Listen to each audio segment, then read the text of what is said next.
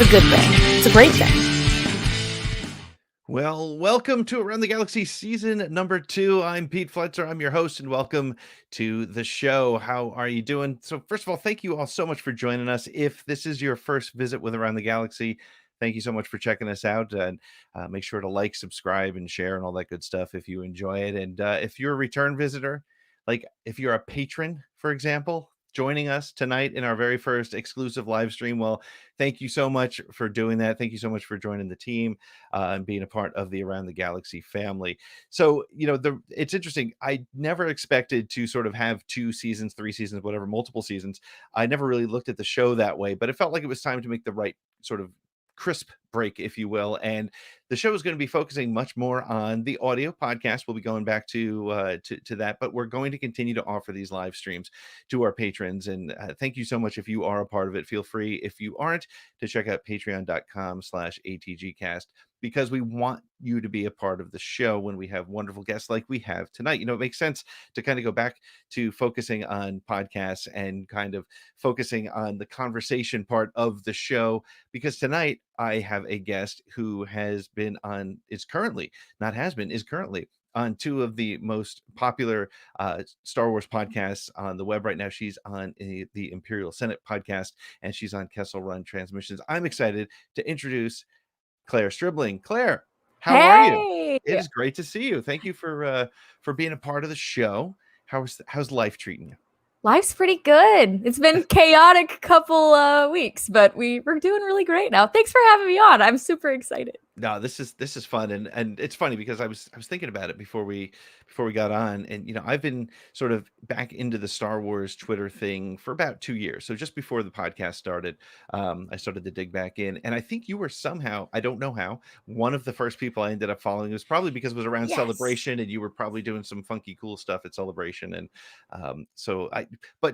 I've known you sort of without knowing you for a couple years, so it's so cool to follow you. And we had the opportunity to be together on the amazing Blue Bantha Solo 2. So fun. Insanity. Yeah. So tell me a little bit about yourself and about the 2 podcasts that you're on.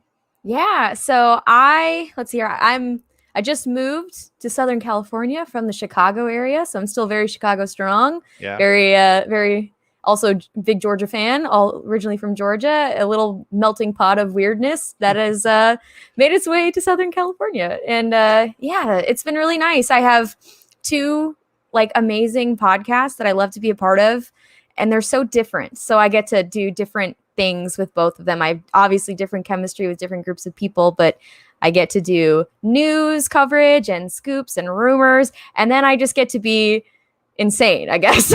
Just have fun and joke around, and it's nice to be able to explore all sides of the fandom that I have enjoyed as well, and it's nice to know that so many people react well to both of them, so I enjoy it. Isn't it wild? I had no expectation when I started podcasting that I was like, if one person listens other than family, I'll be happy. And you do start to make these really great connections. And the Star Wars community is such when it's working well, it is one of the most amazing places in the world. I would say, even the last year with the pandemic, without this community, I think it would have been a lot harder for a lot of people. And so that's really super great. So how did you get into Star Wars? What's your sort of Star Wars story? I mean, it's everybody kind of gets into it their own way, but how did you get into it?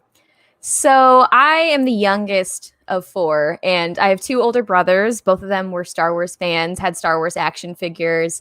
And so I actually got into Star Wars not through the movies or the books, anything like that. I got through Star Wars through the action figures. Oh, that's and awesome. I was always played with my brother's toys. And then one day it was my dad. He was kind of like, have you seen those? And I'm like, there's movies for this? There's movies? There are movies about movies.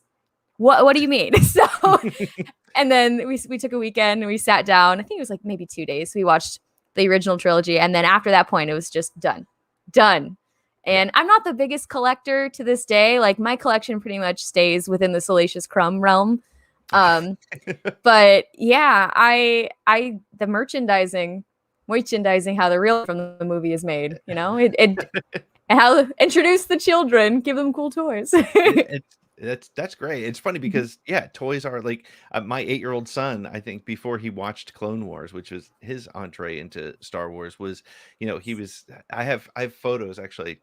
His first birthday, I got him, and we still have them somewhere. Actually, I think the dogs have taken them and made them theirs. But a stuffed Walker, a stuffed Falcon, and a stuffed X-wing. I think is what we had, but that was his entree. Like he was into the ships. You were into the action figures, Mhm. and that's kind of that entry point. And so now I don't know how old you are, but I'm guessing you were born after Return of the Jedi. I'm just guessing. I could Yes. be completely wrong on that, but I'm Mhm.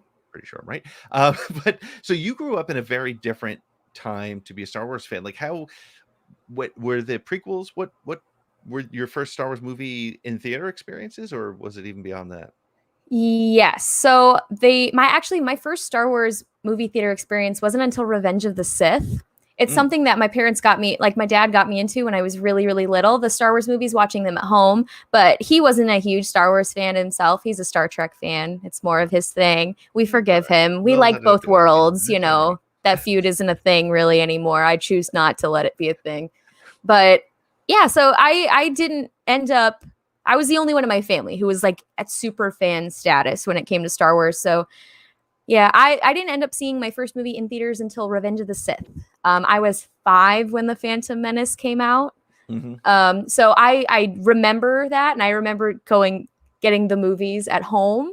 Right. But yeah, but the prequels, that was a huge part of my childhood once I discovered that this existed, and then mind blown childlike wonder watching the prequels, and I'll always have that nostalgia for it. Do you find that that the style, because it's interesting because the style of the films, the trilogies, I mean even up to the sequel trilogy, is quite different from style to style. Do you find that well, you said that you watched them all on VHS or DVD or whatever it Mhm. was before you saw them, but is there something about the style of the prequels that was appealing, do you think? Or I think so. The thing about the prequels that I always loved is that they were just this huge, crazy. They felt so much bigger, and I Mm, know that it's just the limitations of what was possible then. And George was pushing new technology with the prequels, with all of his CGI green screen like renovation.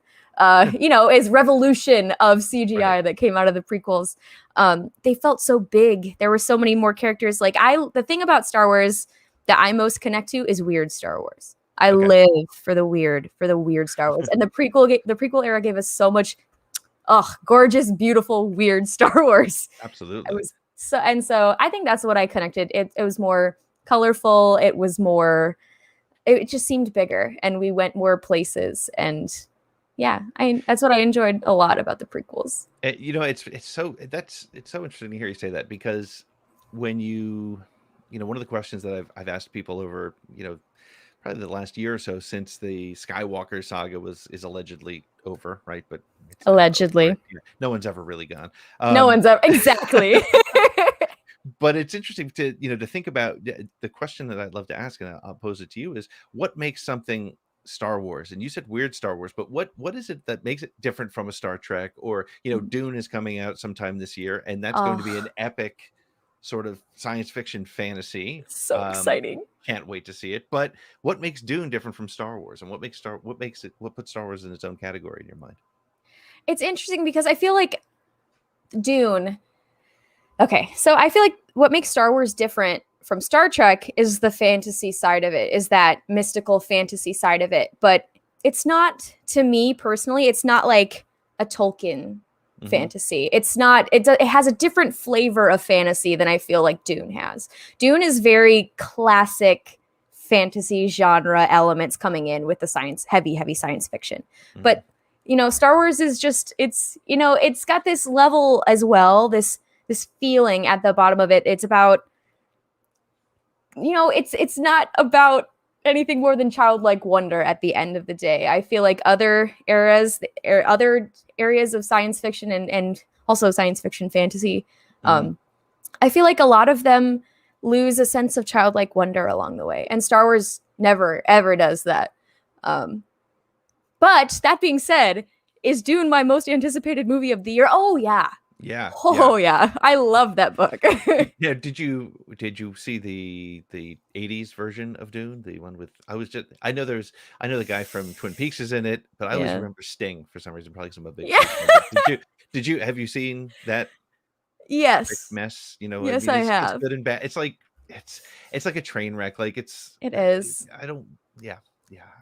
I don't I want to like it, and I want to like it for what Mhm. it is now. It's sort of goofiness, unintentional goofiness, but and I'm probably going to get ripped apart by people for saying that was a fantastic movie, but I just couldn't do it. But No, I couldn't either. I have to rewatch it soon. I've been told by the roommates that before they see Dune, they want to see the original. I'm like, oh, okay, we're gonna do this. All right, we're gonna make me do this. All right, let's go. I guess. have the drinks ready and just work your Yes. way through it. That's Yes. right. 100%. So when you say weird Star Wars, what is weird Star Wars to you? That's the one thing is like, so Star Wars has always been weird. I know a lot of people don't like to dig into the weird Star Wars, but if there's a weird creature, weird alien, thing that's named weird, location that's insane, like Right. I live for the weird, and especially weird aliens and weird creatures like that. Like the cantina in the original Star Wars movie is like my favorite thing ever. Ever.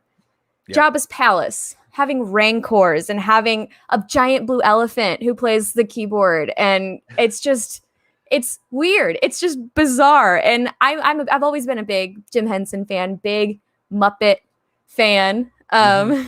So I just love that's there's some really really strange things that happen in Star Wars. It doesn't take itself too seriously, and that's why we shouldn't take it too seriously either. Obviously, we both do podcasts Yeah, about it so we and talk take it a about it a little lot. seriously, but We you know, take it's it funny, like, seriously enough, but with yeah, fun. I mean, just mentioned in the chat, we saw David Drennan say favorite weird Star Wars landing a ship inside the belly of a dinosaur that lives in an asteroid. JD Sleesman was saying Dagobah is like the most bizarre setting, and Matt Harrington was mentioning Jabba's sail barge, which I mean, come on, Jabba's sail barge was it, right? I would have Also, Salacious lives. If Bib Fortuna lives, Salacious lives. I'm just saying.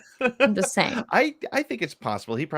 I can see him latching on to like one of the tendrils and just like just taking care of himself. I feel like Salacious Exactly. was a me first guy. I think so too. And once Jabba has been strangled by Princess Leia, there is a bunch of bounty hunters on that ship that are very annoyed by him. He's hightailing it out of there before the barge blows. I'm just saying. He's fine. Don't worry, everybody.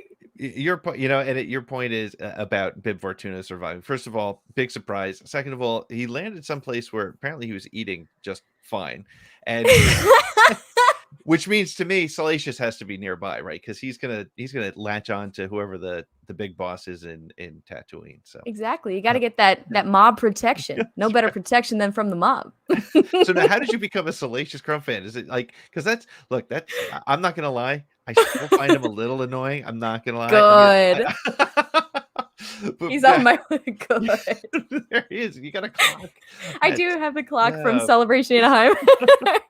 I love him so Look, much. I say annoying, and there's a lot of annoying things about Star Wars that I love. I love it in an annoying way. It's like Ash Crossan when she was on the show. She said we think the things we love about Star Wars is it's like a little brother that you can bust on him because you love him so much, but you can bust on him, right? Yes, very much so. That's spot on. That's kind of how I became to love Salacious. Yeah, because I always put I always put Return of the Jedi on as a kid. My brother hated Salacious Crumb. My brother, I have shenanigans, and he hated him. Absolutely despised him. He's like, oh, he's so annoying. And what does that make you want to do as a kid? Annoy the crap out of your brother even more. Exactly. So pretty. It started out of spite. It started out of a joke. It started at poking him, and then the more that I like did this, I'm like, wait, I'm actually developed. It's like Stockholm syndrome. Right. Like I've developed a fondness for him, and now I can't let him go because there's so much stuff about him that's great.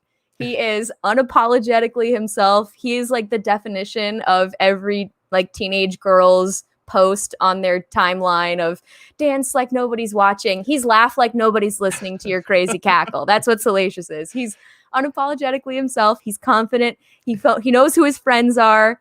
He stays loyal to them, very loyal to the point of picking out some robot eyes. And I'm just saying, he's He's a king amongst men, really. Now And he is has the cutest laugh. I agree. Yeah, David says he's got the cutest, and it's true. I will say this about him. He is his laugh is absolutely memorable. And to your point, you said you love Jim Henson. I think that's why Love him. the thing that saved him for me is the fact that he's pure Muppet, right? He's Mhm. pure 100%. Should have been on the Muppet Show kind of guy, right? And he was now Absolutely. I don't know if you can tell. He's there on my you- cup. That's beautiful. That's great. Now, are you a fan of all Kowakian lizard monkeys, or not? Or is it just there's Salacious, just it? Because that one that was being cooked in the Mandalorian, how did that affect you? Did that hurt you? Ooh. I have a story about that now. Okay, let's hear it. Let's hear it. So I love all monkey lizards. I love them all. I really do. I adore them. They are perfect. They are great. They are weird. They're just perfect weird Star Wars. Some of them are rainbow that have names like Pick and Plim, Muck Muck. Like, come on, that's just pure gold. That's pure gold. I love monkey lizards. I love all of them. I love ape lizards too after Resistance. And they're just misunderstood. They're gentle giants. I will be their Jane Goodall in the space in the Star Wars universe. But no, the thing about like Salacious, he will always be number one in my heart. But everybody knows, it seems like it was a pop. I'm not quiet about my adoration for Salacious Crumb and for the monkey lizard. And I did not win a single Star Wars Celebration Chicago lottery to get into any room to see things screened. I won nothing. I didn't even win the Funko lottery. I had a friend get me the Salacious Pez dispenser. I lost. I was a loser. Wow. And it was in your hometown, for goodness. And it was in my hometown. Not seem fair. I know. Fair. I moved for the next hometown, so I'm just saying, like, I better get this. Are you following celebrations? Is that the deal? You're like, with the next one will be in Orlando, you'll be moving to Florida. I should. I might as well just pack up and move for wherever the next one is. Anyway, Actually, no, sorry. moving's bad. No, moving's a pain in the neck. Yeah. So you were saying, I'm sorry, I didn't mean to. Oh, yes. So at Celebration, so since I didn't win the room, I didn't even win an overflow room to go see the Mando panel. So I was watching it from the Star Wars show stage. And at the Star Wars show stage, you get what is streamed online, which means I did not see the exclusive footage. Right. However, the second that the panel was over and those doors opened, my phone started buzzing nonstop, like literally nonstop for the rest of the day. It was people being like, somebody check on Claire, like, oh crap, monkey lizard murder, and like all of these things. Like, is Claire still breathing? Like, oh God. And I'm like, what happened? What did I miss? What has gone on in there? And then somebody sent me pictures that somebody sneakily took. And I'm just like, Charlie made a GIF of them telling me exactly what happened when they came out of the panel. And some profane words may or may not have been said. And I'm just sitting there in my Star Wars spelt out beanie. And I've never seen myself mad, like truly, genuinely to the core angry about anything until I saw that image of myself. I was like, oh God, I'm scary. Don't mess with me. So yeah, that has been the bane of my existence is then I had people bothering me about it all up until Mando came out. Then that first episode came out and then it was a wave of it again. And I'm like, Dave and John, I have a problem with you guys. Come talk. Come talk. Oh. Hey, look who it is. Look who it is. He just wants his third appearance on Around the Galaxy. Everybody, how's everybody? He just wants his third appearance. I was just saying, you need your third appearance on Around the Galaxy. I know, man. I hit 3. I win, I think. Oh, God, I got to catch up. I know. How's it going, man? Good to see you. Good to see you, man. Y'all having a good time? So far. Until you walked in. I know. I ruined everything. True. All right, yeah. I'm just saying what's up. Y'all can continue. There you go. Good to see you, Pete. Good to see you. No, we'll see. Bye, buddy. We'll schedule you soon. Oh my gosh. Oh my goodness. Get out of here. That's funny. Oh my goodness. That's great. Well, at least you waited till your story was over, which was good. Exactly. Well timed. And I hear your cat, which I know he was mad that he was not in the room for all of this to go down. And the people who follow you on Twitter know that was an epic journey across the country. But so actually, I am glad that Noah popped in because we could talk about Kessel Run Transmission. So you've been a part of Kessel Run Transmissions for how long now? Oh gosh, it's been about a year that I've been contributing. I've been a co-host since just like a co-host since December. But I was a active contributor.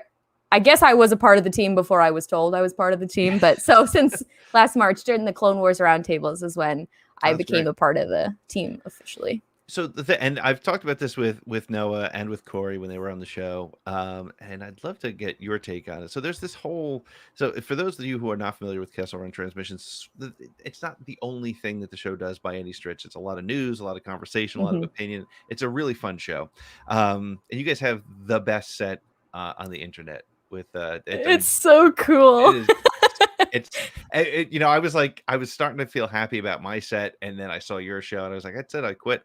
This is why I'm not doing live streaming as much anymore because of you guys. No, that's not the case at all. But so one of the things that Kessel Run Transmissions though is known for is some of their epic scoops, some of the things that they've been able to bring to the fans from different sources throughout the years, actually. But were you a scoop fan before you got involved with them? Did you avoid spoilers? What's your sort of personal perspective on scoops and spoilers and that sort of thing? So it's been a progressive journey for me. I started really getting involved in the Star Wars fan community a little before The Force Awakens. I was a very active Clone Wars person. I watched every week on TV, but I wasn't really a part of online fandom. Hi, buddy. Okay, well, to the audio people, there's a cat butt on screen. I'm sorry. But I was very much like, I don't want to know anything about this movie until I sit down and I watch it with my eyes. I used to be that kind of way. And over the years, I've been gradually more interested in the scoop side of it. Right. Any of my dislike about the scoops culture, I guess, at the beginning was because I didn't want things spoiled for me. And I understand that. And 100%, if you don't want it to be spoiled for you, do not engage. Do not engage. And I respect that. I do one show where we're very not scoopy, and I do one show that's full of scoops. Yep. It's not everybody's cup of tea, and that's okay. That's completely okay. It's just, people have issues with it because we're not Hollywood Reporter or we're not Variety or whatever. Right. But our sources, I'm just saying, we got good sources, and our sources have been pretty spot on.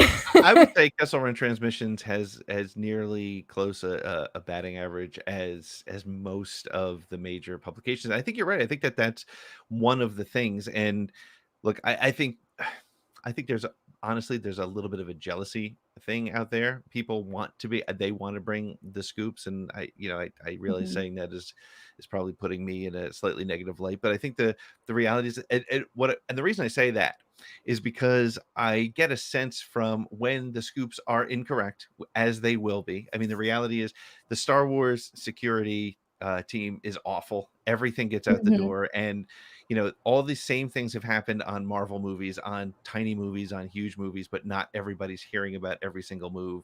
Yep. And of course, there's always conversations going on. Kathleen Kennedy and the team are always going to be interviewing actors and actresses and writers and people to potentially be. So just because they walk through the door at Lucasfilm does not mean that they have a film ready to go, all that exactly stuff. And just because you auditioned and this was a thing and this was a character or this was a part that was part of this draft, it may get cut, it may get changed, it may, like, lots of things happen to change scoops, especially when it comes to dates. They they said this date, let's not do this date anymore. Yep. This was our plan, let's change it.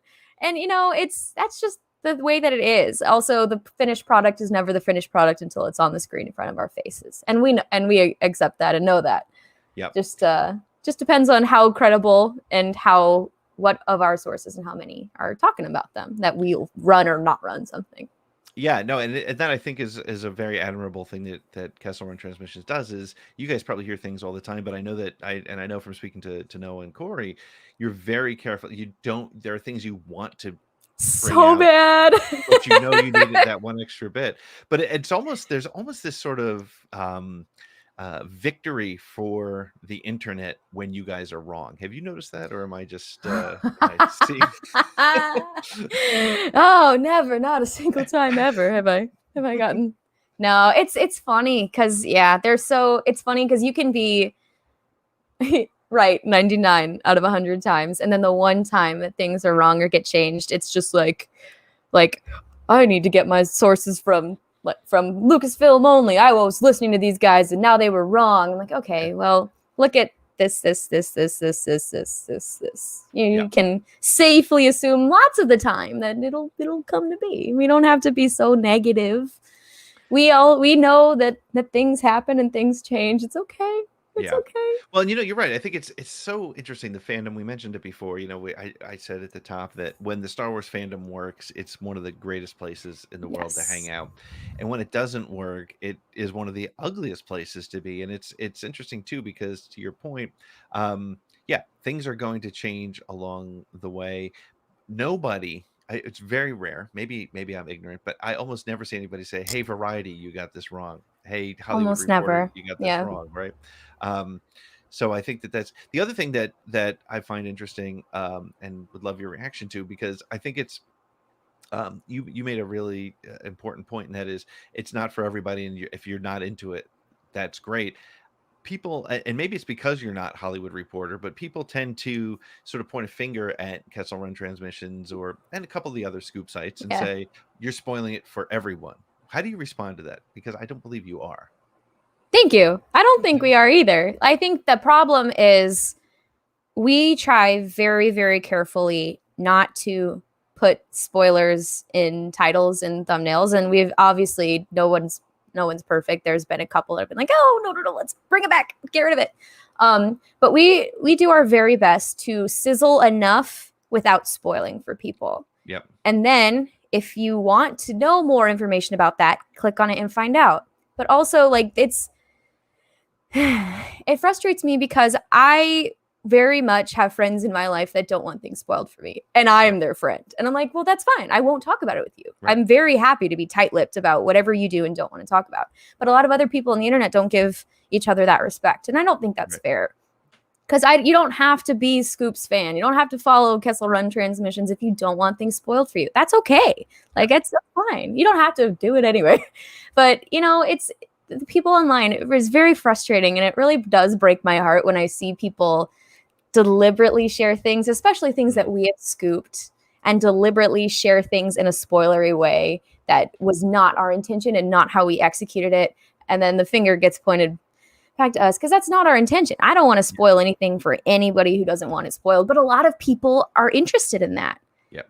It's people want to know, but not everybody does, and that's okay. That's okay. It's interesting too, because I've taken to calling it entertainment speculation, right? Yes. Because I mean, even the best sources, even you guys are I wouldn't want to say 50% of the time, 60, 70, 80% of the time correct. I wouldn't want to put a number on it, but sometimes it's just interesting enough to keep the conversation going, and it's fun to talk about, right? I mean, how many Ezra castings have we seen, right? How many? So many. Yeah, and so why not have that conversation? Because the reality is too, I've been on shows we used to do when I was on Beyond the Blast Doors with Force Connect.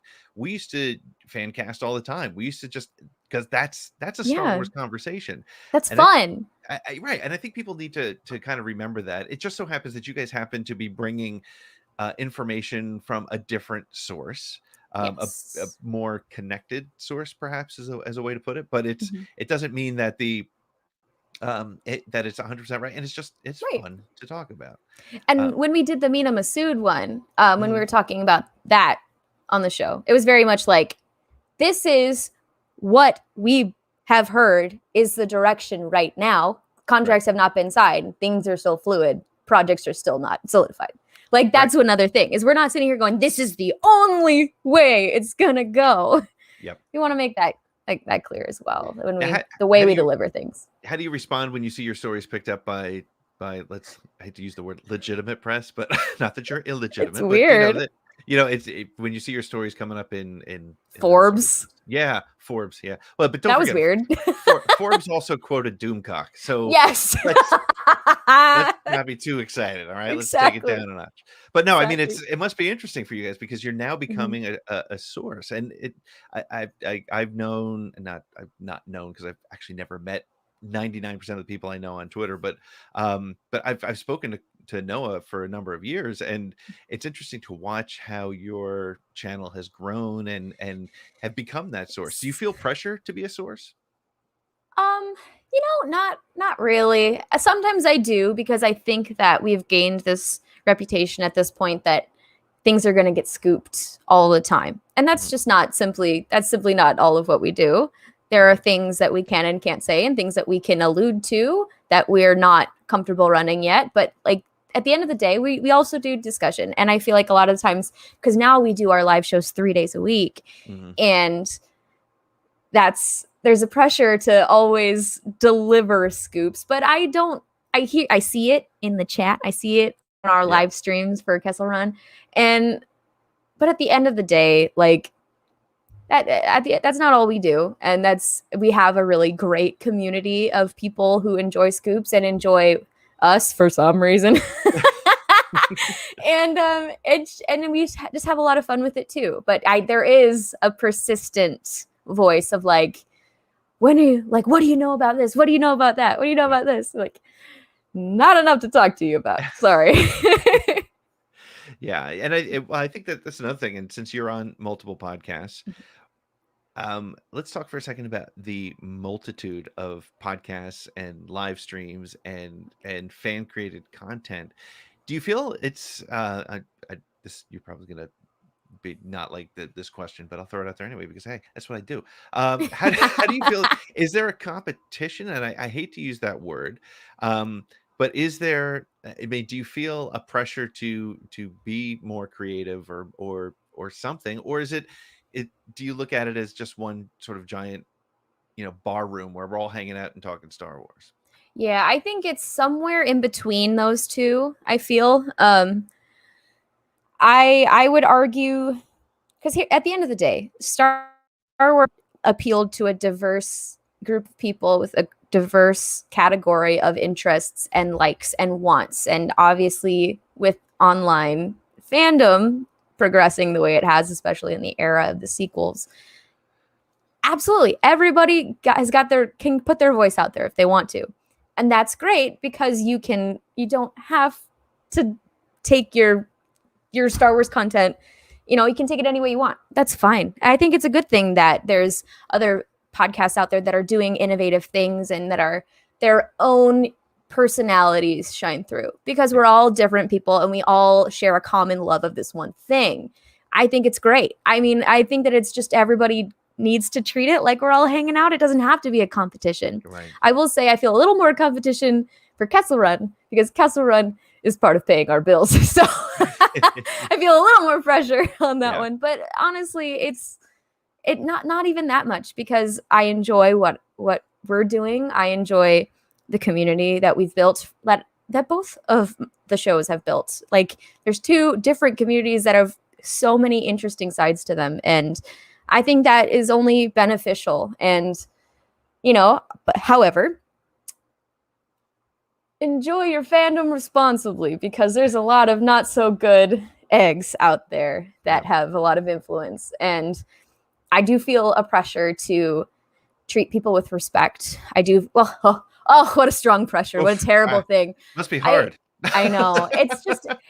I want to be able to build this positive community of enjoying this and we can all enjoy this together even if we're different people. Yeah. Because that's a lot of people don't do that. A lot of people are very hateful and the internet is mean. Can we just make it a little bit nicer in our corners? We got to just have our responsibility to be nice to each other, shall we? Oh, I think that's a great mindset to have because you're right. It's there are and that's one of the reasons why I've kind of backed off as much of the YouTube promotion and stuff is because It's hard. for every 100 positive live streams out there, there's a dozen that are literally wrangling the algorithm to create hateful content, which is working for driving them. I won't name names, but it's not too hard to figure out. I've watched some of those streams, Yeah. and you watch the super chats come in, and you watch the literally 3,000 people watching, and it's working the algorithm. Whereas content that's from you guys and from so many other shows that I love to listen to, it's clear you're doing it for the love. Imperial Senate, for example, to me it's just 3 people hanging out, 4 people, 2 people, depending on the week, just Yes. hanging out, picking a topic and just going for it. Mhm. And that's a lot of fun. Kessel Run Transmission, it's a great sort of newsy conversation place to have, but you guys always tend to keep it as positive as possible. And there's so much value to that. Otherwise, either you're doing it for, I hate to say diabolical reasons, but that's the reality. If you're Yeah. making money on any sort of negativity, even if Yep. I hate to, because I start to feel like I'm getting on a soapbox, but the reality is when you start to get into some of that, really kind of just angry. Let me take a step to the side and put it this way. If I hate Star Wars that much, if I'm so disappointed with where it is, why am I talking about it if for no other reason? Because I'm making money on it, right? Exactly. That's why I'm doing it. And Do it for the love of the game. right. So who wants to watch that, right? Who wants to watch that? It makes no sense to me. I like my blood pressure at an average level. I can't imagine living with it that high all of the time, just focusing on things that stress me out. I don't come on, this is fun. It's space wizards. There's monkey lizards. Come on now. Space wizards and monkey lizards. I mean, that's the combo right there. That's the winning combo. Awesome. Well, Claire, I do this thing on the show where I do 10 questions. Now, I do have to say, I've been doing the same 10 questions for about 110 episodes, and so I'm going to mix them up a little bit. If I know that probably doesn't affect you too much. You probably don't have them all memorized, but I'm going to give you 10 questions. Are you ready for them? Here we go with the 10 questions. Here we go. Get ready! Okay, for what?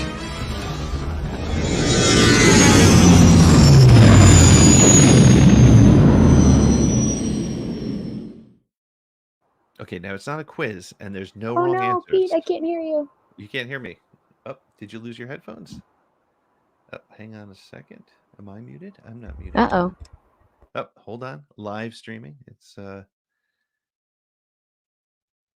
Nick in the back. Can you hear us all right? Thumbs up. Yep. Okay, so it's on Claire's side. Can you hear now? Oh, now she's muted. You're muted. Can you unmute? We are live here on Around the Galaxy. Hold on. Can you hear us?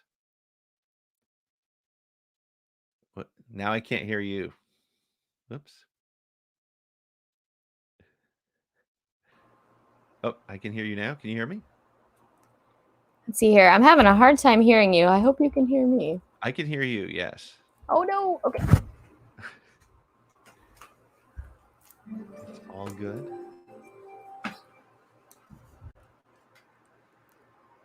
Let's see here.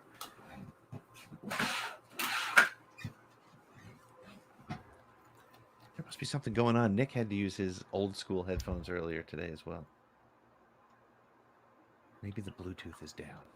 Okay. Let's see here. Can you hear me now? Can you hear me? Oh yes. Ah. Okay. There it is. Awesome. I hear you. Perfect. Wonderful. You live. Wow. Nice. Very good. Well, so I was saying, these are our 10 questions, and there's no wrong answers. They're not trivia questions, but I won't judge you, but I can't say that the people listening will not. So. Oh no. So we'll have some fun with them. So the first question is, and always will be, what is your favorite Star Wars movie, TV show, or book? Ooh, oh my gosh, I have to choose between all three. Hands down, probably Empire Strikes Back, with the Clone Wars series coming in close second. All right. Very good. That's Empire Strikes Back is it's like just a classic good movie. So what's your favorite non-Star Wars movie? Oh, this is probably a weird answer. My favorite non-Star Wars movie is an Italian foreign film called Life is Beautiful, which is super sad, super depressing, and it's probably once in a very long time. Am I actually able to watch it? Am I willing to cry my eyes out that pathetically and that much and that mucus? But no, it's the best. It's the best. It's the best everything. Excellent. Hey, Chris, what's up? Chris Ryan. Hey, Chris. Joined us. Everybody knows Chris. Chris does a phenomenal Lando, and I'm amazing. Going to get you to do your Ahsoka before we're done here. So, what's a Star Wars collectible that you would like to add to your collection that you don't have?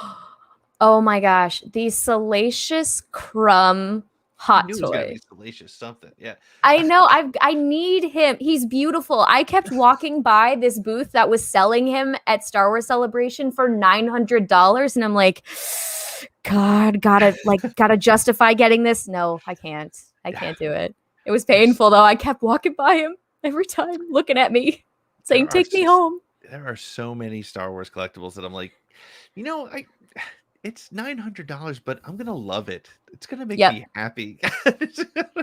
I've been that every way time I look at it, it'll bring me joy. That's right. I've been that way with Lego sets lately for some reason, and I tell myself, I'm like, look, I can do it with my son. It'll be a father. No, I'm like, no, don't touch it. Don't touch it.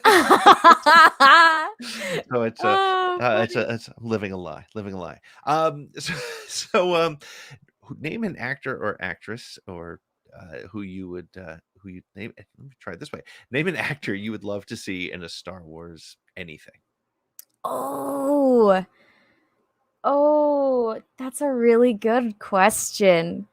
There's so many people I would fan cast in Star Wars. Oh no, that's difficult. Plus you know of things that are happening that you haven't released yet. Yes. So, see, I'm also trying to get you to drop a scoop by accident. Sizzle.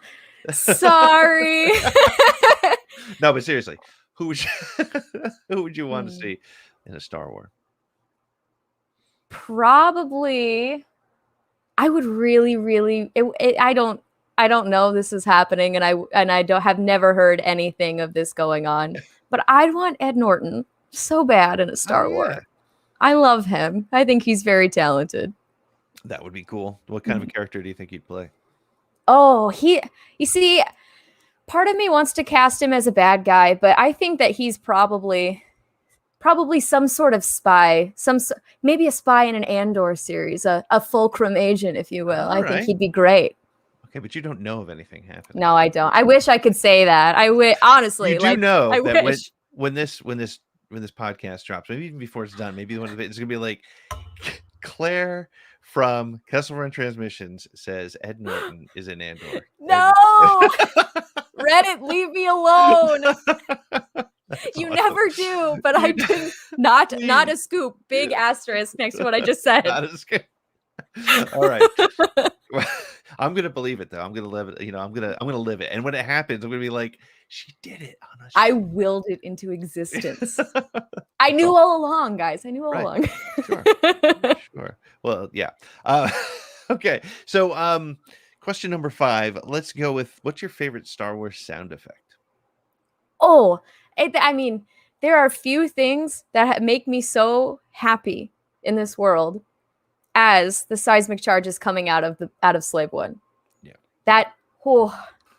Oh my gosh, Attack of the Clones. There's a lot of things that miss in Attack of the Clones, but it has the best Star Wars sound effect. It's just so satisfying. So satisfying. And to see it come back in Mando was perfect. And we all knew it was like, as soon as you saw the bottom of the ship and they start zooming in, you're like, here it comes. This is going to be great.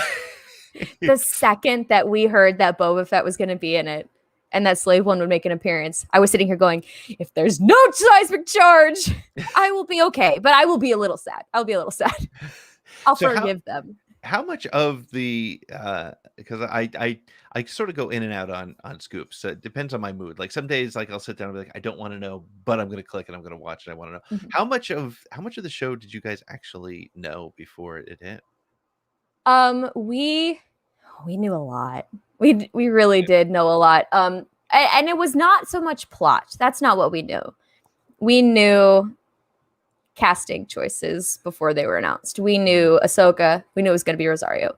Yep. We knew Katie Sackhoff was coming up to be Bo-Katan. And did that spoil the experience for me? No. I cried like a baby. You can watch it on YouTube. I cry a lot.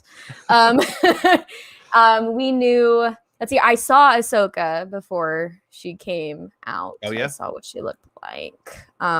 We knew a lot before it came out. But it didn't. But we did not. We did not know about Luke Skywalker.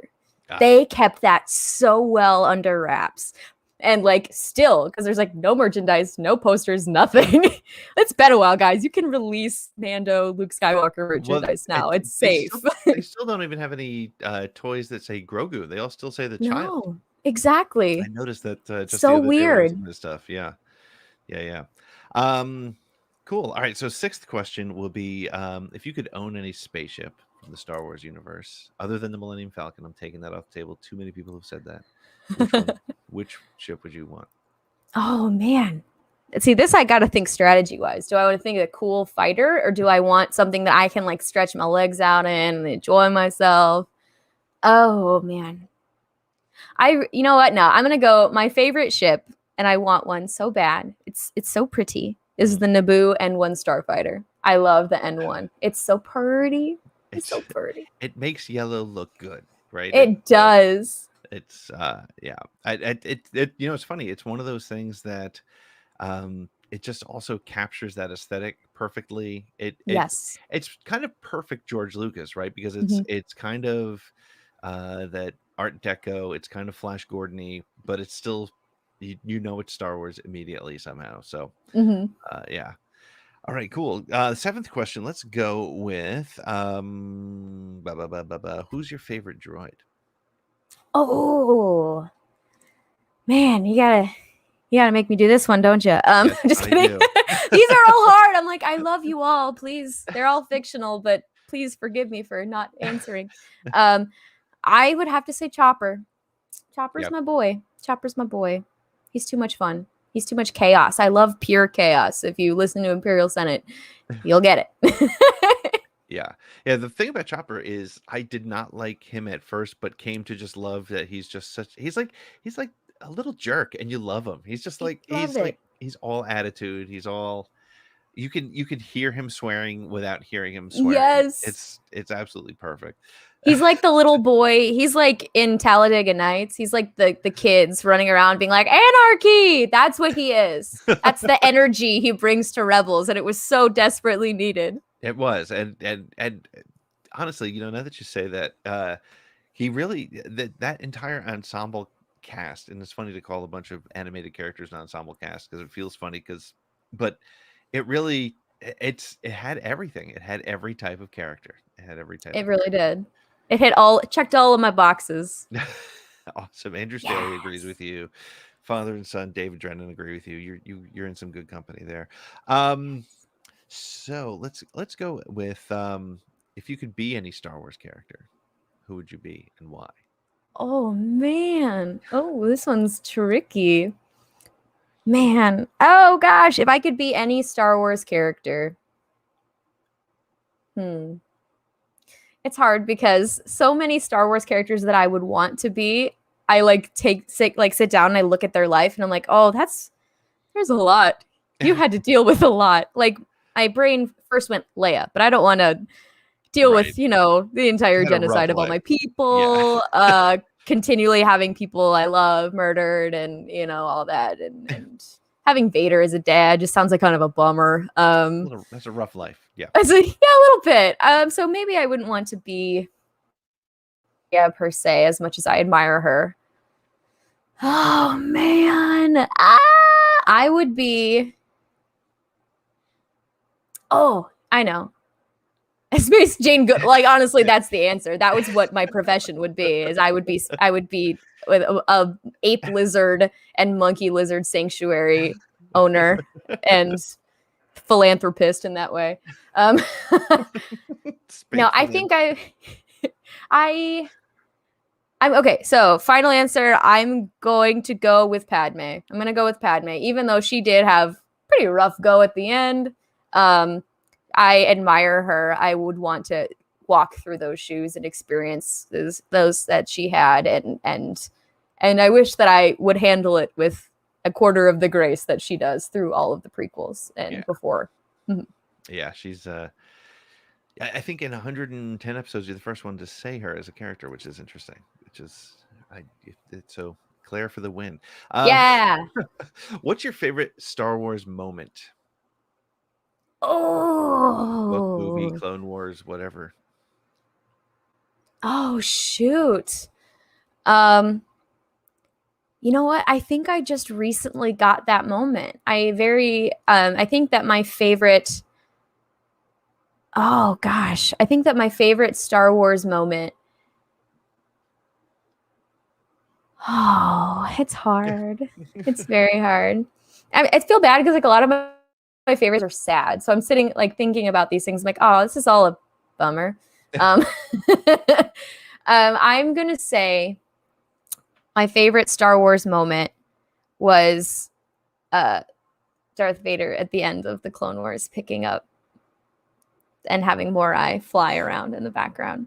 Yeah. There's few moments in any sort of content that without being like overtly like depressing, people dying, people without being like gratuitously sad, that finale and those final moments of the finale are so unbelievably powerful and absolutely speechless. I couldn't say a word. Thank God I wasn't doing reaction videos at that point, but I would have just been open mouth staring at the screen like, oh my God.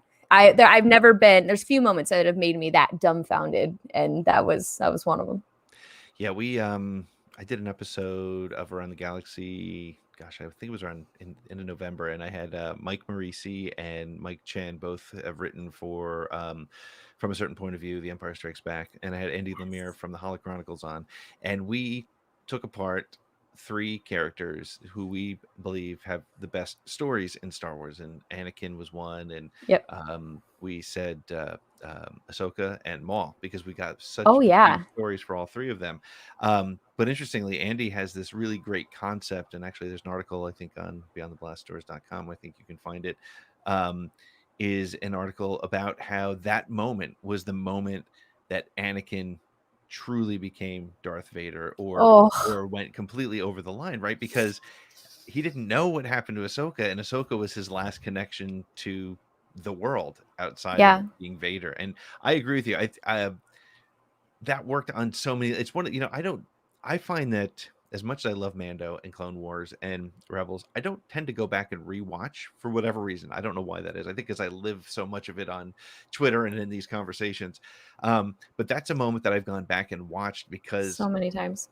It connects to the original trilogy by using technology and stormtroopers and a probe droid from the original, and you don't know when it's happening, but it's working on so many levels. I think about that particular point a lot. We don't know when that happened. We don't know what point in the timeline. It could be whenever, post Empire takeover, pre Empire fall.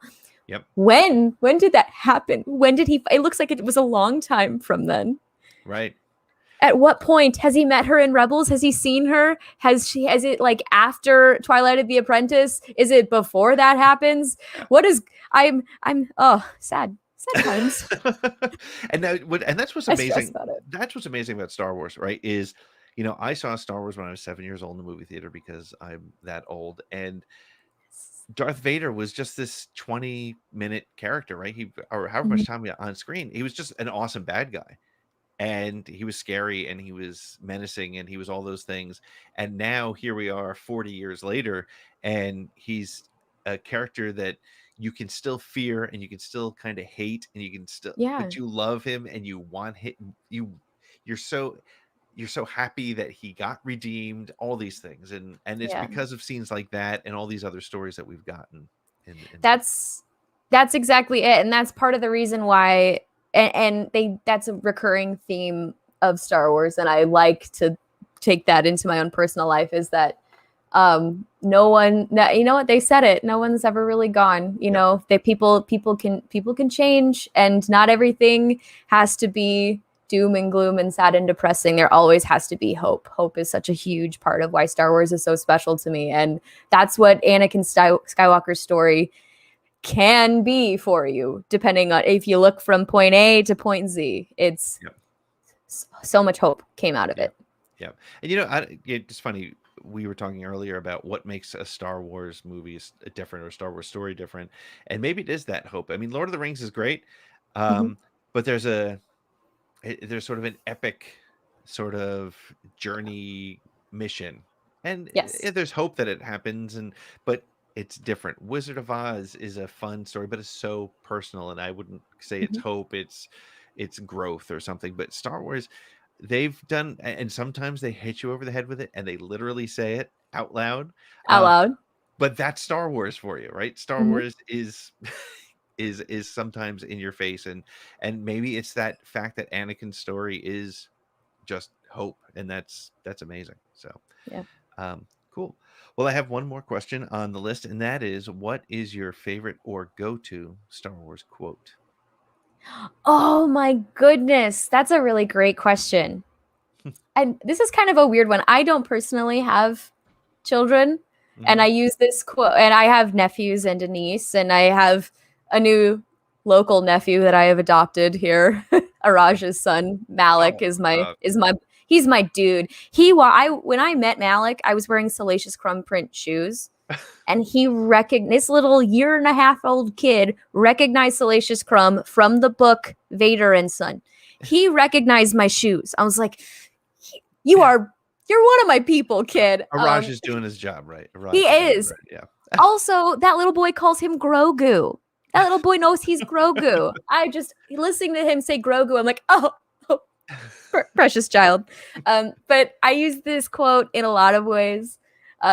And I use it sometimes as an insult. Definitely Noah and Garrett and Corey have heard this before. Is truly wonderful the mind of a child is. I use it in every way that it can or cannot be used. I love that quote. I genuinely do, because it's true. There's so much potential in a young Anakin Skywalker. There's so much potential in everybody. And one thing that we lose along the way that I feel like a lot of Star Wars YouTube yelling into the void can forget is that you've got to look at all of this with a sense of childlike wonder. Yeah. Truly wonderful the mind of a child is. That's how you got to look at Star Wars sometime, and just enjoy it from that childlike sense of wonder that you've hopefully not lost all the way. Please. It's more fun. And that's a great way to sort of sum up the whole conversation. Is it's important to remember that, like, there are days where there's people just going off and look, the world is messed up as it is right now. The world is difficult. Let's not make a fun space space wizards and space lizards, right? Just exactly. let's have some fun with it. And I think that's great. Well, Claire, this has been so much fun, and you definitely keep things fun on Twitter and on social media. Tell people where they can find you online. So everybody can follow me on Twitter and Instagram at cstribs. You see a lot of photos of Count Dooku the cat. That's like pretty much my corner on Instagram nowadays, other than promoting the show. And then you can follow Kessel Run Transmissions on Twitter at KR Transmissions, and Kessel Run Transmissions on Instagram. You can follow Imperial Senate Podcast at Imp Senate Pod on Twitter, at Imperial Senate Pod on Instagram. And we're on YouTube for Kessel Run, and we are on wherever you can find your podcast for Imperial Senate. So I think I covered everything. Well, if they capture you on one, you're going to get all of them, which is exactly the social media way. Well, Claire, this was great. Thank you for being with us to open up our new season and being a part of this this wacky show that we call Around the Galaxy, and I appreciate it, and I hope to talk to you soon. Before I let you go, Absolutely. though, I need to get you so one of the things that people may or may not know, if you did not watch the episode 10 on Blue Bantha milk, and by the way, Matt from Blue Bantha and Sean are going to be on the show. We had to move the date because we have a special other guest coming, but I'll tell all my patrons about that soon. But they did this amazing thing. Sizzle, exactly right. No spoilers, little sizzle. Sizzle. But you played Ahsoka, and I need to hear you do your Ahsoka, because it was like I I was watching it and I was like, I think Claire moved out to LA because Ashley Eckstein is gonna have to give it up. And Claire's coming in to do the voiceover. So you got a Oh, little thank Ahsoka in you? you. It's so I good. think so. I think I'll probably have to share my favorite thing I got to say in the Blue Bantha Milk thing was I got to profess my love to Anakin Skywalker as Ahsoka in the weirdest way possible, and it was fine. But anyway, here goes. I love you, Anakin. I've loved you since before I was born. I loved you since the day we met. I can't say it with a straight face. But anyway, Ahsoka Tano here on Around the Galaxy podcast. Yeah. Perfect. I love it. Awesome. Well, Claire, thank you so much. And we will speak again real soon. Yes, we better. It's nice talking to you.